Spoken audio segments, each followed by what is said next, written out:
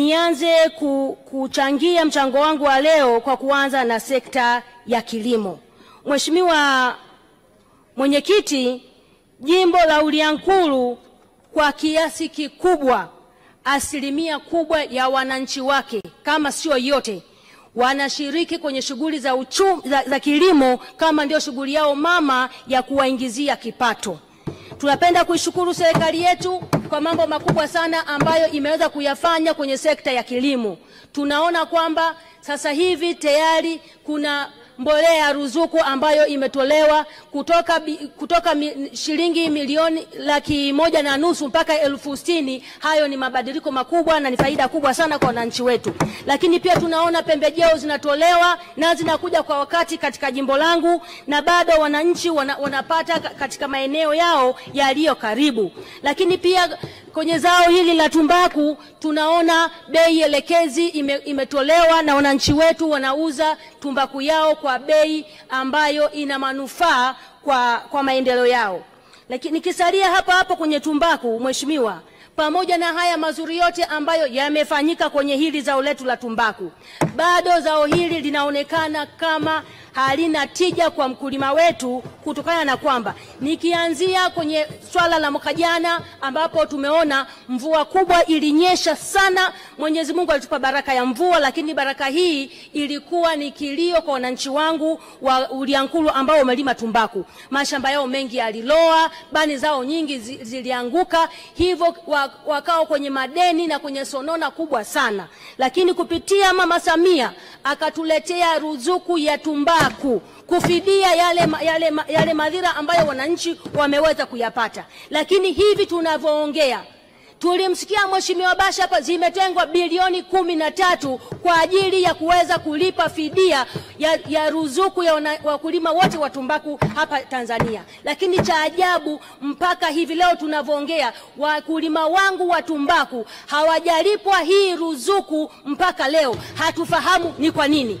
Na mbaya zaidi, wananchi hawa, wakulima hawa wamesainishwa saini hewa bila kujua ni shilingi ngapi amesaini ambazo atakwenda kulipa. Sasa tunataka tufahamu, Mheshimiwa Waziri Mkuu na Mheshimiwa Waziri wa Kilimo, hivi kuna usiri gani kwenye hizi fedha? Kama mlisema hawa wakulima watalipa kulingana na idadi ya mifuko ya mbolea waliotumia, leo mnakwenda kuwasainisha wakulima wetu saini hewa. Kuna usiri gani hapo? Yaani leo mtu anasaini hajui anaenda kusaini shilingi ngapi. Na kwa nini mfanye hivyo? Mnafanya makusudi au vipi? Leo mtu anasaini hajui analipa shilingi ngapi. Je, ukienda kumlipa fedha ambazo ni tofauti na idadi ya mifuko ambayo ameweza kutumia, ataenda kudai wapi? Tayari ameshaweka saini yake. Tunaomba ili swala, Mheshimiwa Waziri Mkuu na Mheshimiwa Waziri wa Kilimo, mtueleze na wananchi wetu wajue mmewasainisha. Kuna watu wamesaini miezi miwili iliyopita, mwezi mmoja uliopita, mpaka leo wanaendelea kuhangaika, hawajui fedha zao watalipwa lini. Ninaomba ili swala lichukuliwe kwa umuhimu mkubwa na wananchi wetu wajulishwe kwa nini mpaka leo hawajalipwa hizi fedha. Lakini hapo kuna kampuni ya wazawa inayonunua tumbaku, kampuni ya Vodsel. Mpaka hivi tunavyoongea, wakulima waliolima tumbaku msimu wa mwaka jana uliopita hawajalipwa fedha zao mpaka leo, kampuni ya Vodsel. Nina wakulima wangu 86 kutoka kijiji cha Usonga hawajalipwa hata shilingi moja, na tayari tuna msimu mwingine, na hivi tunavyoongea soko linaanza kuanza tarehe 28, hawajalipwa. Ninaomba hawa wananchi wangu waweze kulipiwa. Kuna swala jingine, Mheshimiwa, kwenye swala la barabara, niende kuipongeza serikali kwa kuweza kutuongezea bajeti kwenye halmashauri yetu ya wilaya Kaliwa. Mwaka 2020 bajeti yetu ya barabara ilikuwa ni milioni 985, lakini leo tunavyoongea tayari bajeti ya barabara imefika bilioni 4 na milioni 300. Kwa kweli haya ni mafanikio makubwa. Tunachoiomba sasa serikali yetu iweze kuzitumia hizi fedha vizuri, na hizi fedha ziweze kufika huko chini, kwa sababu barabara nyingi zimeweza kuharibika.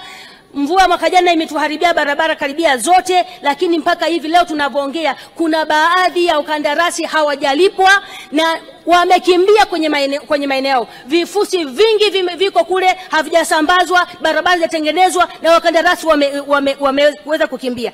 Hii inayosababishia wananchi wetu kuongezea mzigo wa maisha.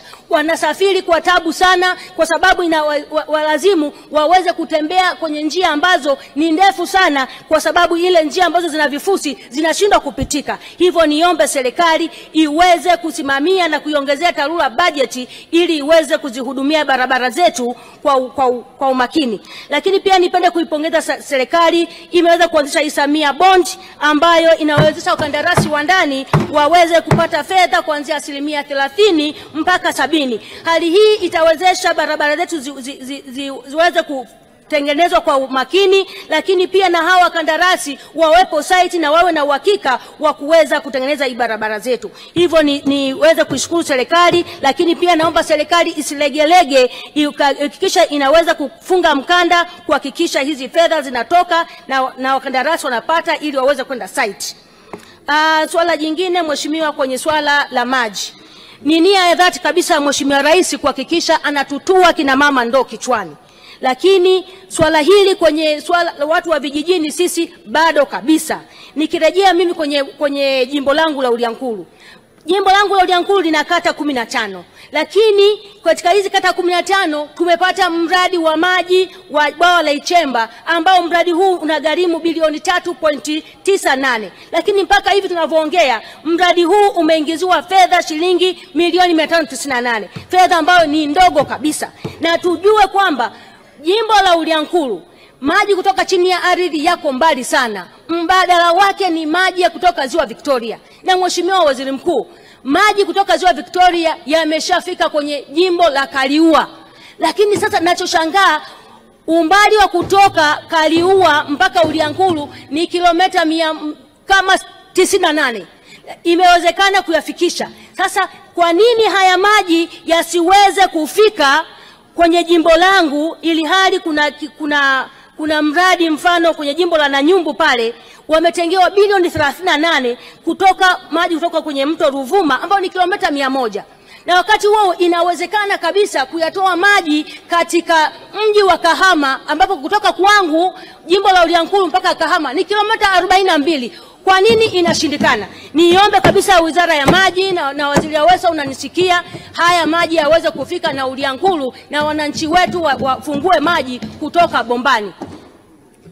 Asante. Mheshimiwa, naunga mkono hoja. Asante sana. Mimi naitwa Juma, mmiliki wa magari ya usafirishaji wa mizigo na abiria.